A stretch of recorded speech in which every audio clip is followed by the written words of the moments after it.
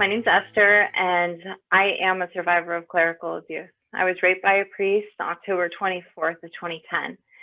And this altered my life in a very drastic way. I think to begin to understand exactly how it altered me is you have to understand a little bit of the history. So I come from a really problematic background. I experienced a lot of abuse growing up. And my family of origin, there was a lot of issues, and but I also faced some bullying. And so these things combined, it gave me a very bad template for how healthy relationships work. And I found myself in my late teens and early 20s repeating this cycle, and I ended up in some bad relationships, further compounding this problem and this deep, deep loneliness that I had inside of me. I lived kind of this crazy party lifestyle for a while, and God in his providence, he gave me a really profound conversion experience in my early 20s. And after that conversion experience, I began to research and investigate, and the Lord led me home to the Catholic Church. And November of 2006, on the Feast of Christ the King, I was initiated into full communion, and I came home. And in that moment, I really found great zeal. I was so excited for the faith. And if any of you guys know adult converts, are always so amped up and ready to go. And I was just like them, and full of vigor. And I found a mission group in New York, a lay mission group, a beautiful community of people. And the Lord called me there. And I actually served with them for several years. But moving to community, it was a very joyful time, but it was also very difficult at times, despite these women being very dynamic and wonderful. But I found that my wounds from childhood were cropping up, and it was experiencing. So I began therapy. And for those of you that have been in therapy before, you know that sometimes it gets worse before it gets better. And that was very much the case with me. And I found myself really struggling with scruples and forgiveness, and just this really naive understanding that forgiveness had to do with feelings. And I kept going to confession about it and going to confession. And this is where I met Father Edwin. And Edwin is a Nigerian priest that was in New York, and he was studying at Fordham to complete his PhD. And so he was only there temporarily for a couple years, but he was the leader of several groups in the parish and fairly well known. Well, I went to Father Edwin in a face-to-face confession, and I told him that I was struggling to forgive someone who had perpetrated sexual abuse against me as a child. It was something had come to the surface, and I was really struggling with it because I felt a lot of resentment and anger. And it was in that moment that Father Edwin began to approach me and prayed for me to be baptized in the Holy Spirit, which, for those of you that aren't familiar, that's something in the Catholic charismatic renewal that's pretty typical, but basically that I would receive the Holy Spirit. But in that moment, he encroached upon my space and was touching me. And I kept asking him to move back, and he wouldn't.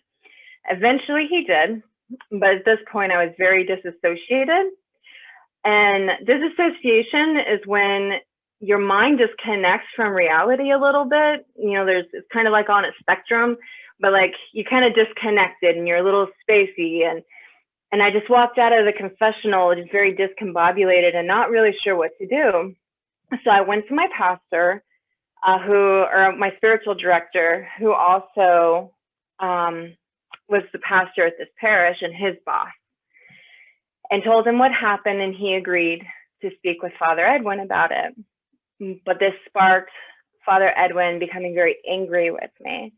And because of my history of abuse, this anger is a really big trigger for me. And I had a very hard time beginning to cope with this. And eventually I just apologized to him just to make it all okay. And, you know, I committed the cardinal sin of telling too, which is something that we never did growing up.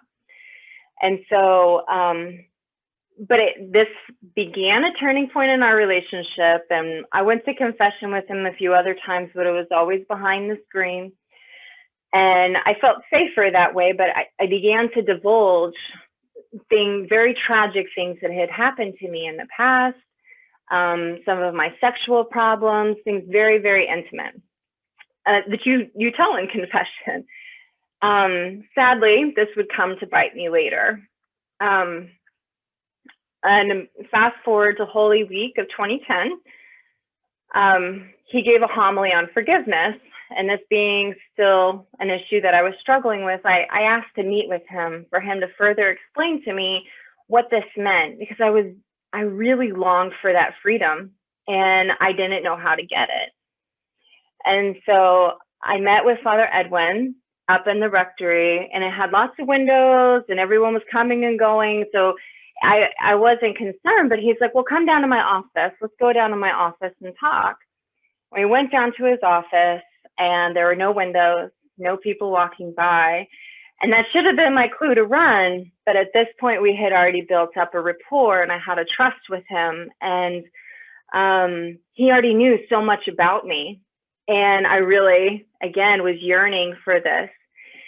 So again, he tried to pray for me to be baptized in the Holy Spirit. But this time he began to try and like exorcise demons and like blow on me and just like very close in my personal space. And I didn't know what to say. I was just frozen because now I knew him and it was different than the last time. But this was the beginning turning point in our relationship. At this point, he got my number and my email, and almost immediately he started calling me honey and baby and I love you. And some of this I thought, well, it must be like a cultural difference. There must be something here that's, I'm very American. And so I'm just not, up. And I would just explain it away. I would explain all my concerns away. And as time went on, he began to press more and more boundaries. The conversations turned sexual. He would begin to tell me things about himself of a sexual nature. He would ask me personal questions. He would ask more questions about my abuse. He would ask just very different things over these, Yahoo I am. I'm kind of dating myself there. Over Yahoo I am, and some texting and email. And I kept trying. There were points in the relationship that I tried to pull back and say, no, this isn't right. This isn't right. And he'd be like, I am just trying to set you free. This is your freedom from your abuse. You're just not used to being loved. You just don't know what it means to have someone care for you. And, this is what it means. And I equivalated that, I was, when you're a victim of childhood abuse, it's like you're dying of thirst in the desert, seeking out water. And here you think he's giving you a glass of water, but what he's giving you is a cup of urine. And so we have to begin, it's like I had this thirst and this desire. And so we ended up in this cycle of back and forth and gaslighting. And I was so confused. Well, the relationship continued the whole summer this way. And there were points I was really doubting my sanity. And I was really concerned. I was like, he's such a great guy, but this is scary. Well, in October, I went on a discernment retreat with the religious community that I was discerning at the time. And at that retreat, they rejected me and said, you're not, eligible for religious life because of your history of abuse. And this was the third order that it had happened with.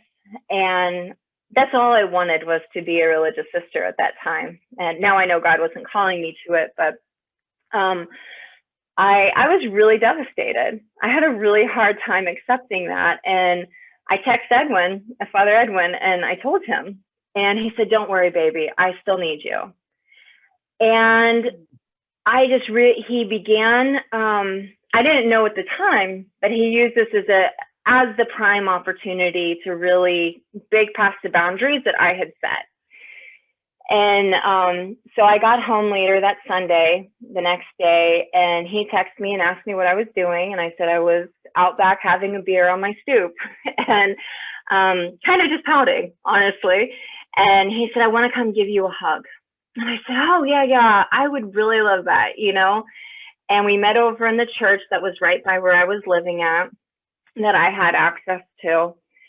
And part of me was like, this isn't good, this is going to go bad. But most of me was just longing for the pain to stop. But when he walked in the door, I knew that that night was not like other nights. And I saw by the look on his face that something bad was going to happen. And I wanted to run, but I was frozen in fear. And I saw, and he said, I want you to be free with me. And I just said, I just want a hug. And so I went to hug him, but in that moment, he thrust himself upon me and began to kiss me very aggressively. And from that point, he began to disrobe me. And then I said, no, stop, we can't do this. And he said, do you want me to leave? And now to anybody else, that might not sound like anything, but him knowing my history of abandonment and my deep psychological issues at the time, knew that that was going to be massively triggering for me. And I began to disassociate. That was when I started. And he began to kiss me again and further disrobe me. And I said, no, I can't. Then he became angry. And he said, you are lucky it is me, because any other man would not have stopped.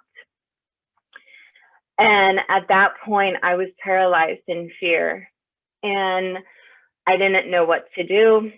And he began to, things progressed again. And I just thought to myself, I can't say no again, but maybe if I just give him a blowjob, this will all just be over. It'll all just go away. And I tried, but I was so disassociating, so disconnected, I couldn't do it. And my survival skills was failing me, and I was a wreck. And the next thing I know is that my face was on the carpet, and he was on top of me from behind yelling, do you like sex now? Because I had previously told him that I hated sex. And when he finished, and as I put it in my journal, so forgive the language, but he fucked me like an animal. And when he finished, I just remember hitting the floor. Like, I was so upset. I felt like I had committed such a grave sin. And we cleaned up, and I asked, well, what do we do if I get pregnant? And he said, well, because of the work you do, I know you won't have an abortion, because at the time I was a crisis pregnancy counselor. And I said, no. I said, but what about the morning after pill, the plan B? And I said, well, I don't have the money for it. So he gave me some money and for the morning after pill. And I went to the restroom, and I came back, and I said, and this is the part that's really hard for me to share, but I asked him to hold me. And it might be kind of hard to understand that, but there was no one else there to hold me. And I had just been raped. And as we sat in the pews in the church, he looked up at the tabernacle and he said, isn't it amazing? We're in the presence of God. And it was at that moment that he further cemented that God was a co-conspirator in this. And he stole something from me that he could never give back.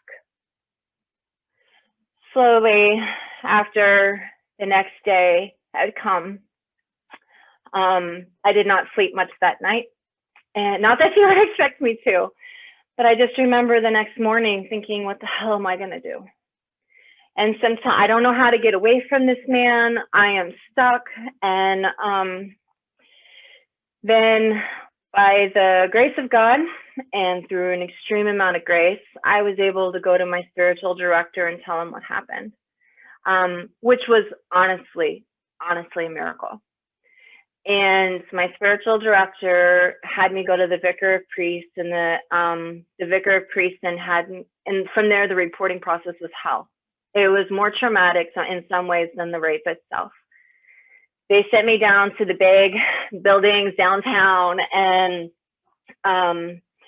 it was just a very long process, and years went by. I ended up entering religious life for a while and discerning out, but after that, I spent years writing 20, 30 letters to various cardinals and bishops and priests and nuncios and anyone who would listen, but no one would. So finally, I went public with my story because he was still practicing as a priest in Nigeria. But that going public with my story was what finally was the catalyst that started the canonical investigation. The canonical investigation did conclude, but they have not and will not share the results of the investigation with me. I did, in the process, meet with Cardinal Dolan, and while he did pay for my therapy and he did affirm and was validating, one of the things that he did say to me in the midst of it, which I think kind of sums up the church's attitude towards adult survivors, is, when I heard your story, I was so glad that you were not a man and you were not a minor. And that really set a profound mark for me to say that, wow, that something really needs to change here. But thank you for taking the time to listen to my story. I know it's messy, but it's I really appreciate it. Thank you.